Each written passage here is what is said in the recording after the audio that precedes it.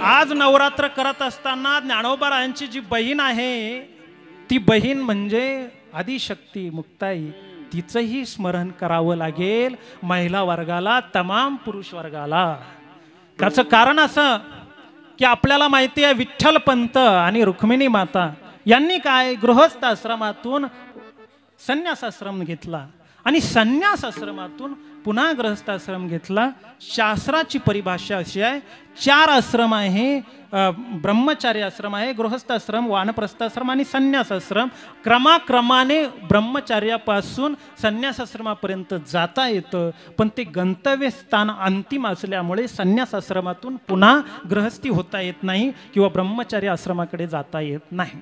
हा नियम असल्या कारणाने विठ्ठल पंतांनी जेव्हा संन्यास आश्रम घेतला आणि संन्यास आश्रमातून गुरु आज्ञेने पुन्हा ते जेव्हा गृहस्थी होता त्यावेळेला त्यांना समाजाने तत्कालीन धर्म मार्तंडांनी अनेक त्रास दिला आणि त्या त्रासाला नंतर पैठणच्या पीठाने त्यांना देहांत प्रायचित्त घ्यायला लावलं आणि त्यांचं देहांत प्रायचित्त झाल्यानंतर जी 4 भावंड सिद्ध बेटावरती उरतात ना त्यांची अवस्था बघायची। खूपच त्रास द्यायला सुरुवात केली। आई वडील निघून गेलेले, कोणी राहिलं नाही, सगळी पापाची संतती ही जगते तरी कशाला। तत्कालीन धर्म मार्तंडांनी म्हणजे पगड्या खूप मोठ्या मोठ्या, पण पगडी खालच्या मेंदू मात्र अत्यंत कुचका झालेला। आज तुम्हाला सांगतो, आचार्य आत्रे असं म्हणतात की महाराष्ट्रामध्ये संत कळायला त्यांच्या समाध्या जेव्हा होतात तेव्हा महाराष्ट्राला संत कळाले। हयातीत असताना संतांचं दुर्दैव म्हणा किंवा काही का जगाचं दुर्दैव, संतांचं कसं म्हणायचं, समाजाचं दुर्दैव असं का समाजाला ते हयात असताना संत कळाले नाही। आचार्य आत्र्यांची ती भाषा आहे। मग लक्षात ठेवा, ज्ञानोबारायांच्या बाबतीतही तेच झालं। आज भारतामध्ये गंगा यमुना जमुना काय नद्या असतील सगळ्यांची जल एकत्र करून आळंदी त्यांच्या संजीवन समाधीवरती वाहिले जातात। दह्या तुपाचा अभिषेक होतो। विविध ते आज आपण दररोज बघावं त्यांच्या मंदिराची समाधीची कशी सजावट केलेली असते, पण त्या काळामध्ये आज ज्या वेळेला पंढरपूरला वारी निघते, त्यांची पालखी निघते, रथामध्ये पादुका ठेवलेल्या असतात ज्ञानोबारायांच्या, ज्या वेळेला रथ मार्गक्रमण करतो त्या रथाला कोणाची बैल झुंपायची याच्यावरून आळंदीत लिलाव होता। ज्याचा लिलाव मोठा त्याचीच बैल झुंपण्याचा अधिकार दिला जातो। किंबहुना आमच्या गल्लीतून ज्ञानोबारायांनी यावं, लोक अशी सताड डोळ्यांनी वाट बघत असतात। आणि तुम्ही बघितलं असेल एवढ्या गर्दीमध्ये त्या रथावरून हा त्याच्यावर तो त्याच्यावर, कशासाठी? ज्ञानोबारायांच्या पायाला स्पर्श व्हावा म्हणून। पण हे घडतंय आज, पण शके 1272 टीका केली ज्ञानेश्वरे सचिदानंद बाबा आदरे लेखकू झाला। त्यावेळची परिस्थिती काय? इंद्रायणीत पाऊल ठेवलं तर ज्ञानोबारायांना बहिष्कृत केलं जात होतं। कारण त्या काळातल्या धर्म मार्तंडांची भावना अशी होती की या मुलांना भिकच मिळू नये, भिक्षा मिळू नये, आणि ही मुलं जशी यांची आई वडील गेली तशी हेही जावी, म्हणजे धर्माची कटकट मिटली। आणि म्हणून ज्या वेळेला ज्ञानोबाराय झोळी घेऊन भिक्षा घेण्यासाठी आळंदीत येत होते त्यावेळेला सगळी धडाधडा दरवाजे बंद करून घेत होते। जर कोणी एखाद्या माय माऊलीला, एखादी 60-70 वर्षाच्या आईला असं वाटलं अरे बिन आई बापाची रे लेकरं, ती मुक्ता यांची बहीण किती बारीक, यांना आपण नाही दिलं तर ही जगतील कशी, खातील काय, काय करतील, म्हणून द्यावं आपण। म्हणून एखाद्या माऊलीने गपचित म्हणावं हे ज्ञाना इकडे इकडे, आणि ज्ञानोबाला बोलून घ्यावं आणि झुळीमध्ये कोरांना टाकावं, काय असेल मीठ भाकरी पीठ काय असेल ते टाकावं आणि पट निघ। त्यांनी बघितलं ना मला उगाच त्रास व्हायचा, मारजोड व्हायची, त्यापेक्षा तू निघ। आणि ज्ञानोबारायांनी ती झुळी काखेमध्ये घ्यावी, पुढे विठ्ठल विठ्ठल म्हणत म्हणत पुढचं घर गाठावं, दरवाजा कोणी उघडू नये, ज्ञानोबारायांनी ते जावं। गावाच्या वेशी बाहेर काही धर्म मार्तंड दबा धरून बसलेली असायची आणि ती म्हणायची अरे ते विठ्ठल पंतांना ज्ञाना आला बरं का, काय आणलं रे झोळीमध्ये, आण ती झोळी इकडे, आणि झोळी हिसकावून घ्यायची। ती झोळी अशी उपडी करून ते पीठ सगळं जमिनीवर टाकायचं, ज्ञानोबारायांच्या अंगावरती झोळी फेकून द्यायची आणि निघून जायचे। मग माऊलीनं काय करावं? छोटीशी आपली बहीण मुक्ता काय करेल? आपण योगी वायू भक्षण करून कदाचित दिवस पुढे ढकलत राहू, तांब्याभर पाणी पिऊन आणि वेद अध्ययन करून भागवत पुराण वाचून आपण आजचा दिवस पुढे ढकलूया. पण छोट्या मुक्ताचं काय होणार? मुक्ता दिसायची ज्ञानोबांना डोळ्यासमोर, म्हणून ते पीठ असं ओंजळीने कोमल हाताने उचलून घ्यायचं, झुडीत टाकायचं. तिकडल्या धर्म मार्तंडांनी बघायचं, अरे हा ज्ञाना आपण पीठ मातीवर टाकतो तरी उचलून घेतो, जेवतोच. याचं अन्न आपण बंद केलं पाहिजे, धर्मपुडव्याची मुलं आहेत. आणि त्या दुसऱ्या दिवशी केशवपंत, काय इकडे या, आपण पीठ झोळीतून खाली टाकतो ना, अरे हा ज्ञाना ते ओंजळीत पुन्हा भरून घेतो, बेटात जाऊन खात असेल. अशी पाप्याची नतद्रष्ट संपत्ती संपलेली बरी, ही जगते का? आणि दुसऱ्या दिवशी त्यांचं नियोजन चेंज व्हायचं, बदलायचं. ज्ञानोबांची झोळी नेहमीप्रमाणे हिसकावून घेतली जायची, वेशीपर्यंत खाली पीठ टाकलं जायचं आणि दणदणा कातडी चपलाने त्या पिठावरती त्या काळातली धर्म मार्तंड नाचायची. ते पीठ सगळं मातीमोल करून टाकायची आणि ती झोळी ज्ञानोबांच्या अंगावर फेकून देऊन पुढे मार्गक्रमण करती व्हायची. आणि नरमांस भक्षक राक्षसांसारखी हिंदकळायची, हसायची. ते हसू सुद्धा ज्ञानोबरायांना काळजाला भिडला असेल. कालपर्यंत आपण ओंजळीनं पीठ उचलून घेत होतो, मुक्ता भाकरी करत होती, गरम गरम भाकरी खात होती. आज माझी बहीण काय करेल? राग आला ज्ञानोबांना, पण जगाचा राग आला नाही, राग स्वतःचाच आला. ज्ञानोबरायांनी ती झुळी काखेत घेतली, दणदणा पावला आपटत सिद्ध बेटात गेली. मुक्ता गेली होती इंद्रायणीवरती यांचे पंचे धुवायला. मुक्ता तिथे नव्हती, निवृत्ती समाधी लावून झाडाखाली योग सामर्थ्याने तंद्रीत गेलेले. सोपान काहीतरी मातीचा किल्ला करत बसलाय. सोपानही लहानच होता, त्यालाही वाटलं मग आमचा ज्ञानदादा येईल, भाकर घेऊन येईल, आता काहीतरी मला पोटाला मिळेल.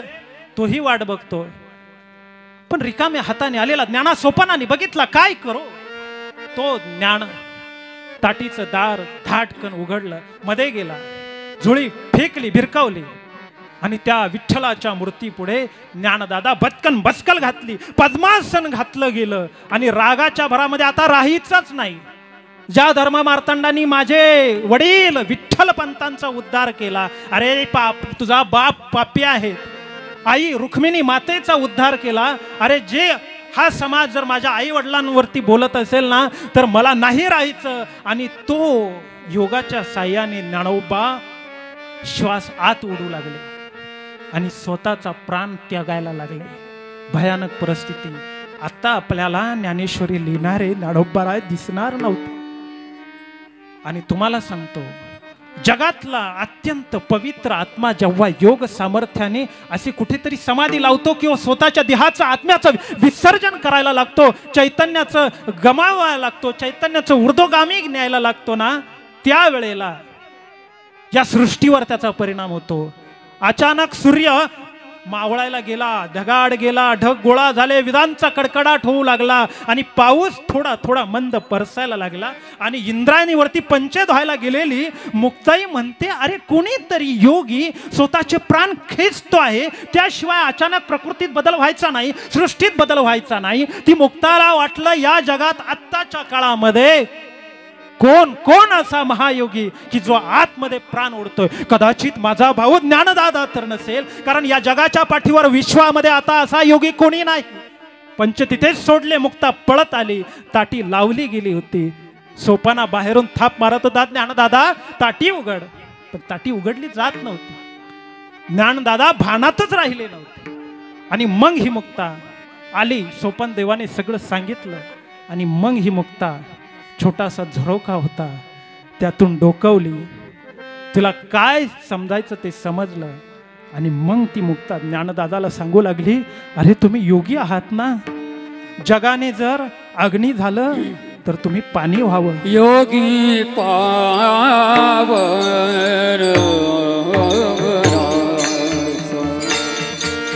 योगी पावन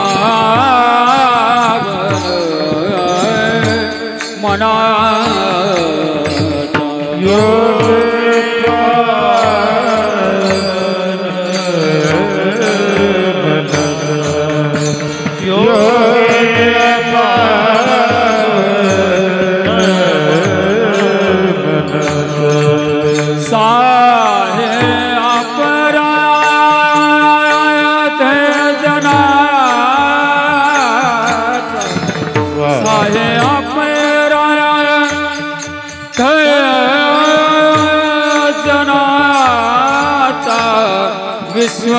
रागे झाले संते सुखे वावे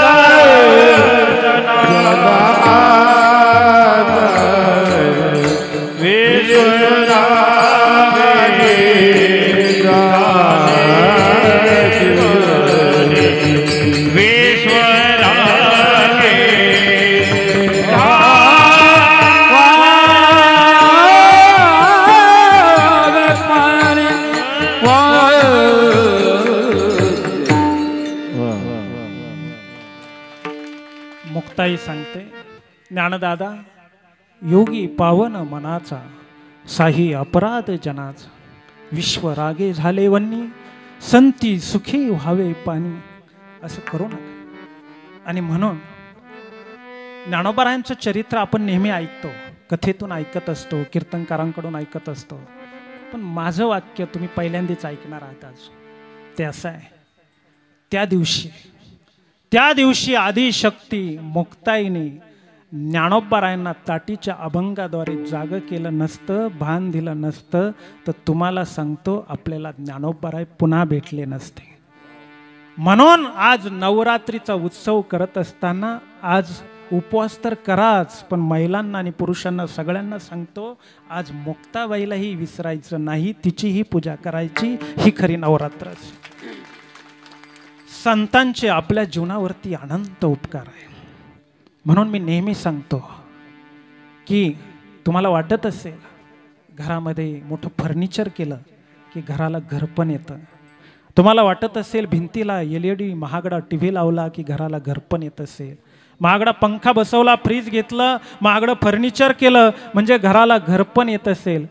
तुम्हाला खरं सांगू, ह्या सगळ्याने तुमच्या घराला घर पण येईल का नाही मला माहीत नाही, पण ज्ञानोबांची ज्ञानेश्वरी आणि तुकोबांचा गाथा घरात ठेवा, अख्ख्या घराला शान पण आल्याशिवाय राहणार. हा संतांचा खऱ्या अर्थाने उपकार आहे.